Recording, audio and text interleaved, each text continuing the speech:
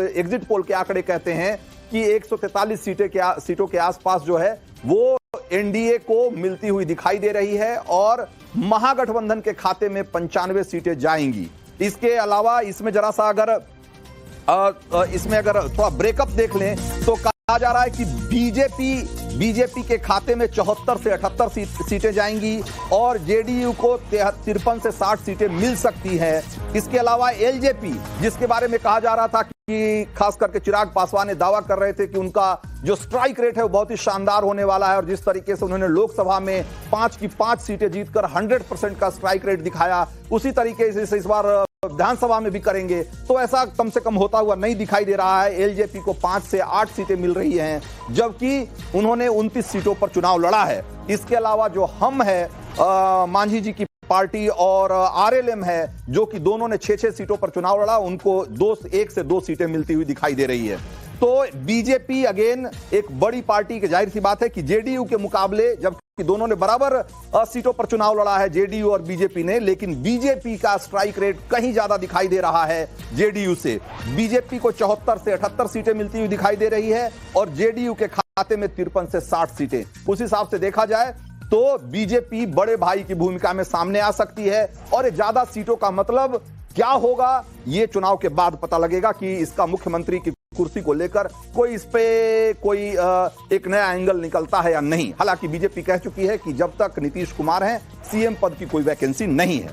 दूसरी तरफ जरा देखिए महागठबंधन को हमने बताया कि करीब 95 सीटें मिलती हुई दिखाई दे रही है और अगर रेंज में देखें तो 88 से 103 सीटें महागठबंधन के खाते में दिखाई जाती हुई दिख रही है उसमें एग्जिट पोल में, और आरजेडी को 69 से 80, यानी कि अगर देखा जाए तो 69 से 80 सीटें मिलती हुई दिखाई दे रही है। और उस हिसाब से महागठबंधन में जाहिर सी बात है उन्होंने बहुत ज्यादा सीटों पर चुनाव भी लड़ा था, 143 सीटों पर चुनाव लड़ा था, तो उस हिसाब से उनको 69 से 80 सीटें मिल रही है और कांग्रेस को 10 से 12, ये बहुत बड़ा एक तरीके से झटका है एक बार फिर से कांग्रेस के लिए। 60 सीटों पे चुनाव लड़ा कांग्रेस ने और उनको सिर्फ 10 से 12 सीटें मिलती हुई दिखाई दे रही है। सीपीआईएमएल माले, जो कि भाकपा माले जिसको कहते हैं, वो 6 से 8 सीटें और सीपीआईएम और सीपीआई को 1 से 2 सीटें मिलती हुई दिखाई दे रही है। इसमें जैसा कि हमने आपको पहले बताया था कि सीमांचल में एक बार फिर से ओवैसी खाता खोलते हुए नहीं बल्कि 2 से 3 सीटें उनको मिल सकती है, जो कि ओवैसी के लिए बहुत प्लस पॉइंट है। पिछली बार भी उन्होंने 5 सीटें जीती थी और अगर इस बार 3-4 सीटें जीत लेते हैं तो एक तरीके से माना जाएगा कि बिहार का मुसलमान एक बार नहीं बल्कि ओवैसी को अपना लीडर बार बार मानने को तैयार हो गया है। तो ये तो हो गया सीटों की बात। एक बार हम फिर से अपने सहयोगी का रुख करेंगे, लेकिन उससे पहले जरा कुछ वोट शेयर दिखा देते हैं कि इस बार वोट शेयर में किस तरह का बदलाव दिख रहा है बिहार चुनाव में। तो जरा देखिए, अगर आप देखेंगे तो बिहार में इस बार जो वोटिंग हुई है अभी तक और जो एग्जिट पोल के हमारे नतीजे कहते हैं जेबीसी के, उसमें वोटिंग परसेंटेज में कोई बहुत बड़ा फर्क नहीं दिख रहा है। एनडीए को 45% वोट मिल रहे हैं और महागठबंधन को 42%, यानी कि 3% का फासला है, 3% का फर्क है महागठबंधन और एनडीए के वोट शेयर में, लेकिन सीटों का फर्क बहुत बहुत बड़ा है और इतना बड़ा है कि एक जो है बहुमत से बहुत दूर है और दूसरा बहुमत से बहुत आगे। तो उस हिसाब से देखा जाए इसमें जो जेएसपी, ये इंपॉर्टेंट चीज है कि जेएसपी को ठीक है सीटें तो नहीं मिल रही हैं, 1 से 2 सीटें ही एग्जिट पोल के आंकड़े बता रहे हैं कि उनको मिल सकते हैं, लेकिन वोट शेयर उनका 6% है। ये एक प्रशांत किशोर के लिए एक सांत्वना की बात हो सकती है। इससे उनका उत्साह या उनको थोड़ा हौसला मिल सकता है कि उनको पहले ही चुनाव में 6% वोट मिले हैं। अनंत विजय, क्या आप इस बात से आप सहमत हैं कि ये जो 6% का वोट शेयर है वो उनको थोड़ा हौसला दे सकता है आगे की लड़ाई के लिए? हौसला भी देगा, संतोष भी देगा। रंजीत जी, अगर आप देखिए तो प्रशांत किशोर जिस प्रकार से 6% वोट काटे हैं, वो किसका वोट है इसको भी देखने की आवश्यकता है, क्योंकि प्रशांत किशोर जिस प्रकार का प्रचार कर रहे थे, सीमांचल में भी उनका कुछ प्रभाव है, तो मुस्लिमों के वोट भी उनको मिल सकते हैं, उच्च जातियों के भी कुछ वोट मिले होंगे और कभी कहना मुश्किल है। लेकिन जो 3% का फर्क आपको दिखाई देता है एनडीए में और महागठबंधन के बीच में, ये फर्क बड़ा है, क्योंकि पिछली बार 12-13 हजार का अंतर था वो संख्या के लिहाज से देखें तो दोनों के वोट में, एनडीए के और एमजीपी के, लेकिन अब 3% अगर बहुत ज्यादा, मतलब 3% का अगर फासला होता है तो बहुत 6% में तो सरकारी बदल जाती है। आमतौर पर हमने ये देखा है कि अगर दोनों पार्टियों या दोनों गठबंधन के बीच 6% का अंतर होता है तो सरकारें बदल जाती है। लेकिन 3% के अंतर पर भी इतनी बड़ी 143 और 95, लेकिन फिर वही बात कहानी दोहराई गई जो पिछली बार दोहराई गई थी। कांग्रेस पार्टी ने फिर तेजस्वी की रफ्तार को थामने का काम किया है। फिर से नैया डुबो दी महागठबंधन की।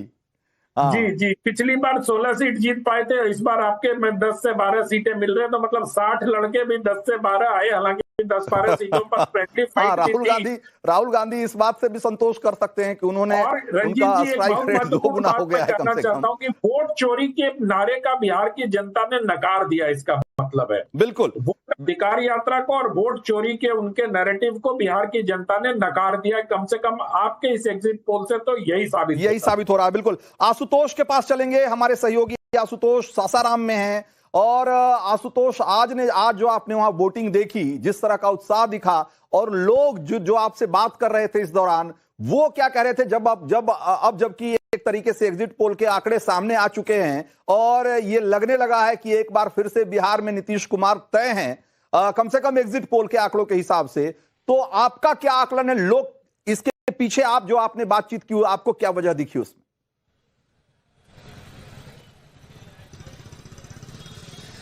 देखिए रंजीत जी, आज हम सुबह से ही शाहाबाद रेंज में हम लोग घूम रहे थे, लगातार कवरेज कर रहे थे। तो इस दौरान सबके जहन में सिर्फ एक ही बात थी कि क्या जो महिलाएं हैं, जो महिलाओं की जो लंबी लंबी लाइन है, उनका रुझान किस तरफ है। और हमने जब बात की तो उनके मुंह से सिर्फ और सिर्फ एक ही नाम निकल रहा था, नीतीश कुमार। नीतीश कुमार वो शख्स हैं जिन्होंने महिलाओं को बिहार के अंदर वो आत्मशक्ति दी है जिसके बलबूते आज वो बढ़ चढ़कर हर काम में आगे हिस्सा ले रही हैं। और उसके बाद जिस तरीके से जो 10,000 रुपए वाली जो स्कीम है, उसका भी सीधा फायदा होता हुआ दिख रहा था। तो यानी महिलाएं जो हैं वो की फैक्टर के तौर पे नजर आ रही हैं। शाहाबाद वो रेंज है जो 2020 के चुनाव में कहीं ना कहीं बीजेपी के लिए, एनडीए के लिए सबसे कमजोर कड़ी साबित हुआ था। लेकिन इस बार जब उपेंद्र कुशवाहा की पार्टी और चिराग पासवान की पार्टी सभी एकजुट होकर जब लड़ रहे हैं, तो जो महागठबंधन है उसके सामने एक मजबूती से टक्कर दे रहे हैं। और कहा यह जा रहा है कि कुल जो 22 सीटें हैं, 22 में से लगभग 12 से 15 सीटें तक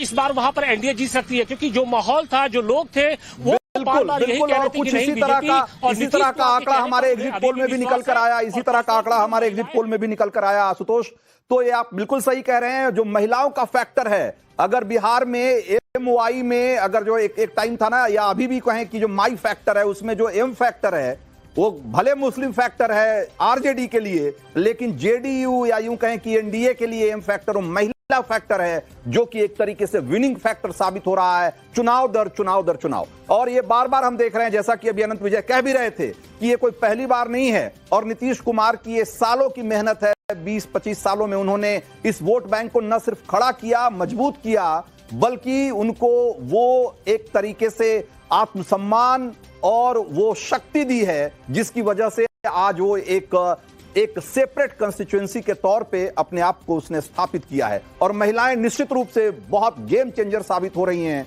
उनकी कहानियां हिंदुस्तान में बहुत सारी महिलाओं को प्रेरित करेंगी, इसमें भी कोई दो मत नहीं है। और इसका बड़ा श्रेय नीतीश कुमार को जाता है और इसका फायदा चुनाव में भी दिख रहा है। तो हमने अभी तक आपको आंकड़े दिखाए, लेकिन अभी हम आपको दिखाते हैं कि जो बड़े चेहरे हैं, जो सो कॉल्ड वीआईपी हैं, उनकी जिनकी सांसें अटकी होंगी, वैसे तो सबकी सांसें अटकी होंगी, लेकिन जिनको लेकर और या जिन सीटों पर नतीजों को लेकर के सबसे ज्यादा लोग चर्चा कर रहे हैं कि भाई यहां कौन जीतेगा, फलां जी जीतेंगे कि हारेंगे, जरा ऐसे जो नाम है, कुछ ऐसे नाम को देखते हैं। सबसे पहला नाम तो तेजस्वी यादव राघोपुर से चुनाव लड़ रहे हैं और exit poll, JBC exit poll कहता है कि ये चुनाव जीतने जा रहे हैं, चुनाव जीत सकते हैं। आगे जरा जल्दी दिखाइए, समय कम है और बहुत सारे वीआईपी की जो कतार है, जो लिस्ट है, बहुत लंबी है। जरा देखिए, सम्राट चौधरी, इनके बारे में भी ये कहा जा रहा है कि ये भी चुनाव जीत सकते हैं और जेबीसी एग्जिट पोल कह रहा है कि इनको चुनाव जीतने में कोई बहुत दिक्कत का सामना नहीं करना पड़ेगा। विजय चौधरी जेडीयू के कद्दावर नेता हैं, ये भी चुनाव जीतने जा रहे हैं एग्जिट पोल के हिसाब से। आगे बढ़िए,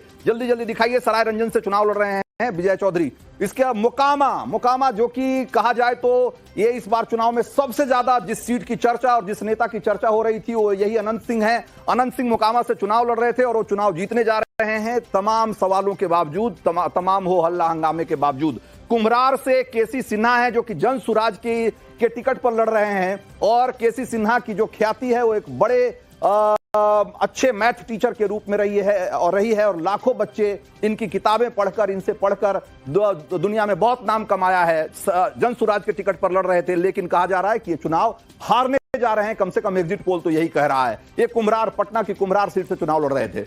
चलिए आगे दिखाइए। इसके अलावा तेज प्रताप यादव, जरा देखिए तेज प्रताप यादव जो कि अपनी पार्टी से चुनाव लड़ रहे थे, इन्होंने अपनी पार्टी बनाई है जेजेडी, और उसमें एक कहा जा रहा है कि इनका तय नहीं है कि जीतेंगे कि हारेंगे, लेकिन फिलहाल जो आंकड़े आए हैं उसके हिसाब से लग रहा है कि ये आगे रहें। अभी इनको एक बढ़त हासिल है, इनको बढ़त हासिल है। इसी तरीके से जरा विजय सिन्हा जो कि डिप्टी सीएम है, और आपने देखा था कि फर्स्ट फेज के चुनाव के दौरान बड़ी तू मैं हो गई थी इनकी और काफी चर्चा में थे उस दिन। ये कहा जा रहा है कि लखीसराय से जो चुनाव लड़ रहे थे उसमें इनको जीत मिलने जा रही है, एक कमोबेश तय है, कम से कम एग्जिट पोल के हिसाब से। विजय सिन्हा डिप्टी सीएम बिहार के। इसके अलावा मैथिली ठाकुर, बिल्कुल बहुत एकदम से वाइल्ड कार्ड एंट्री मिली मैथिली ठाकुर को, और मैथिली ठाकुर के बारे में कहा जा रहा है कि अलीनगर से जो चुनाव लड़ रही हैं, ये पक्के तौर पर नहीं कहा जा सकता कि हारेंगी जीतेंगी, लेकिन एक बढ़त मिलती हुई दिख रही है इनको। ये आगे हैं और एक मजबूती से वहां हैं, और जो अंतिम फैसला है उसको लेकर के जो एग्जिट पोल है अभी श्योर नहीं है कम से कम। तो मैथिली ठाकुर अलीनगर से चुनाव लड़ रही। दरभंगा से संजय सरावगी बीजेपी के बड़े नेता हैं राज्य की पॉलिटिक्स में, ये इनकी जीत पक्की मानी जा रही है एग्जिट पोल के हिसाब से। दरभंगा से चुनाव लड़ रहे हैं संजय सरावगी बीजेपी के टिकट पर। इसके अलावा जो बड़े चेहरे हैं उसमें रेणु देवी जो कि बेतिया से चुनाव लड़ रही हैं, वो बीजेपी के टिकट पर, इनकी भी जीत करीब करीब पक्की मानी जा रही है। और इसके अलावा कुछ और अगर नाम है तो जरा जल्दी जल्दी दिखाइए, समय कम है। तो अगर देखा जाए तो आरजेडी से रीतलाल यादव जो कि दानापुर से चुनाव लड़ रहे हैं, और बाहुबली की छवि रखने वाले रीतलाल यादव, और इनके बारे में कहा जाता है कि भाई दानापुर में एक तरीके से समानांतर सरकार चलाने वालों में से हैं, और ये भी चुनाव में कोई अच्छा नहीं कर रहे हैं, ये पीछे हैं। हालांकि ये पक्के तौर पे नहीं कहा जा सकता कि हारेंगे कि जीतेंगे, लेकिन फिलहाल स्थिति अच्छी नहीं दिख रही है रीतलाल यादव की। तो ये हो गए कुछ बड़े कैंडिडेट के बारे में हम आपको बता रहे हैं। और जरा छपरा से देखिए, जो आरजेडी के टिकट पर खेसारी लाल यादव भोजपुरी के सुपरस्टार माने जाते हैं, ये इनके बारे में सबसे चौंकाने वाली बात जो है वो ये है कि ये कहा जा रहा है कि ये चुनाव हार रहे हैं, जबकि ज्यादातर लोग ये मानते हैं, या जो अमूमन आप बात करेंगे तो कहेंगे कि छपरा से तो खेसारी लाल यादव का जीतना तय है, लेकिन जो एग्जिट पोल है वो कह रहा है कि नहीं, छपरा से चुनाव हार जाएंगे या हार सकते हैं खेसारी लाल यादव, ये अपनी तमाम प्रसिद्धि के बावजूद। तो ये अभी हमने आपको दिखाया जो अभी तक जो बड़े चेहरे हैं वो उनके बारे में एग्जिट पोल हमारा क्या कहता है। हमारे कुछ और सहयोगी हमारे साथ हैं, राकेश पांडे हमारे साथ हैं। विद्यानाथ झा और राकेश पांडे बहुत लंबे समय तक बिहार चुनाव के दौरान अलग अलग जिलों में घूमते रहे, शोज करते रहे, ग्राउंड रिपोर्ट करते रहे।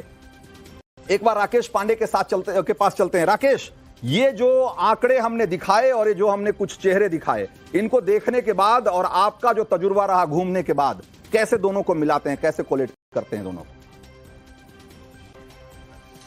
रंजीत जी देखिए, इलेक्शन यात्रा की शुरुआत मैंने बक्सर से की थी। बक्सर, भोजपुर, पटना, सारण, मुजफ्फरपुर, वैशाली, समस्तीपुर, दरभंगा, सहरसा, बेगूसराय तक मैं पहुंचा हुआ था। और इसमें मैं 2 सीटों की बातचीत खासतौर पर कर लेता हूं, जिसमें आप 2 चेहरों की बातचीत कर लेते हैं। एक तो दरभंगा मैथिली ठाकुर का, और दूसरा छपरा से मैं बातचीत कर लेता हूं, यानी सारण से मैं बातचीत कर लेता हूं, जहां से खेसारी लाल चुनावी मैदान में है। अगर ये एग्जिट पोल ये कह रहा है कि मैथिली ठाकुर जीतती हुई दिखाई दे रही है और खेसारी लाल हारते हुए दिखाई दे रहे हैं, तो इसकी 2 बड़ी वजहें हैं। एक तो दरभंगा में मैथिली ठाकुर की जब वाइल्ड कार्ड एंट्री हुई थी तो जाहिर सी बात है वहां पर कैडर में बहुत नाराजगी थी, बहुत सारे लोग खिलाफत थे। तो दूसरी पार्टियों को यह सीखना चाहिए कि वहां की नाराजगी को कैसे मैनेज किया गया, कैसे सबको संतुष्ट किया गया।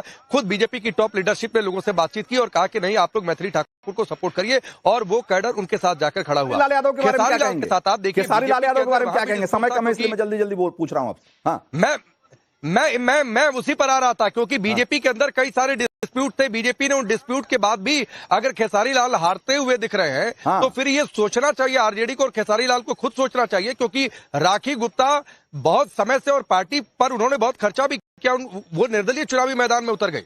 इसलिए मैं कह रहा हूं कि अगर खेसारी लाल हारते हुए दिखाई दे रहे हैं तो निश्चित तौर पर आरजेडी के लिए आत्मचिंतन का बहुत बहुत बड़ी वजह हो सकती है कि खेसारी लाल यादव जैसे इतना स्टार वैल्यू और सो कॉल्ड उनका गढ़ है, उसके बावजूद अगर चुनाव हार रहे हैं तो क्यों हार रहे हैं? बिल्कुल सही कहा आपने। अब जरा समय की कमी है, इसलिए जल्दी जल्दी मैं आपको दिखाते हैं। तो हमने जेवीसी एग्जिट पोल के नतीजे आपको दिखाए थे। जरा पोलो पोल भी दिखाते हैं आपको कि जो बाकी एग्जिट पोल्स हैं वो क्या कह रहे हैं बिहार चुनाव को लेकर के। जरा देखिए, पीपल्स इनसाइट करके एक जो सर्वे एजेंसी है वो कह रही है कि एनडीए को 133 से 148 सीटें यानी कि अभी बहुमत दे रही है। महागठबंधन को 87 से 102 सीटें, जेएसपी को अगेन 2 सीटें दे रही है। मतलब जेएसपी में अगर आप देखेंगे तो किसी भी सर्वे एजेंसी ने उनको 2 से ज्यादा सीटें नहीं दी है। तो एक बात को लेकर के कंसेंसस है, अदर्स भी कमोबेश एक ही रेंज में है। और अगर देखा जाए तो सारे जो एग्जिट पोल हैं वो कमोबेश आपको एक रेंज में दिखेंगे। पीपल्स इनसाइट 133 से 148, एनडीए को जेबीसी पोल है हमारा, हमने 135 से 150, मेट्राइज का पोल कहता है 147 से 100। तो आप देखिए, तो अगर देखेंगे तो कमोबेश जो आंकड़े हैं वो यही कहते हैं कि इस बार नीतीश कुमार की सरकार बनने से कोई रोक नहीं सकता है। हमारे पास समय की कमी है और मुझे दीजिए इजाजत। ब्रेक के उस पार देखिए नवभारत का एजेंडा।